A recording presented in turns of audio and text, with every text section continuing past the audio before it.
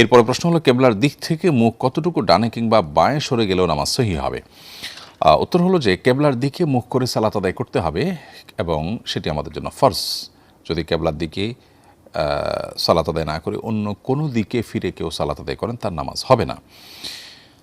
এখন প্রশ্ন হলো যে কেবলার দিক থেকে যদি মুখটা একটু এদিক ওদিক সরে যায় নামাজ হবে কিনা। উত্তর হলো যে মুখ যদি এদিক ওদিক সরে যায় তাতে নামাজে অসুবিধা হবে না, অর্থাৎ নামাজ হয়ে যাবে। যদিও কেবলার দিক থেকে খুব প্রয়োজন ছাড়া ডানে বামে মুখ সরানোটা অনুচিত এবং সালাতের কোয়ালিটি নষ্ট করে মাকরু করে দেয় সালাতকে, কিন্তু এর ফলে সালাত ভঙ্গ হয়ে যাবে না যদি মুখ একটু এদিক সেদিক হয়ে যায়। আর যদি পুরো বডি ঘুরে যায় বা আপনার বুক এটা যদি ঘুরে যায়, সেক্ষেত্রে আপনার সেই ঘুরে যাওয়াটা যদি 45 ডিগ্রিরও বেশি হয় তাহলে সেক্ষেত্রে নামাজ হবে না। আর 45 ডিগ্রির কম যদি থাকে, হালকা একটু অ্যাঙ্গেল হলো ডানে বা বামে, তাতে নামাজ ভেঙে যাবে না, বরং নামাজ হবে।